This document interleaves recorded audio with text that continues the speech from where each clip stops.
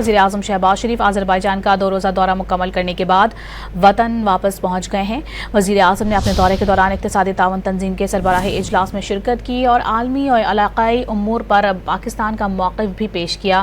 وزیر اعظم نے علاقائی روابط، تجارت، سرمایہ کاری، پائیدار ترقی اور علاقائی امن کے لیے اقدامات کی ضرورت پر بھی زور دیا۔ وزیر اعظم کے اس موقع پر ایرانی صدر ڈاکٹر مسعود پزشکیان، آذربائیجان کے صدر الہام علیوف، ترکیہ کے صدر رجب طیب اردوان اور ازبکستان کے صدر شوکت مرزیوف سے بھی ملاقاتیں ہوئیں۔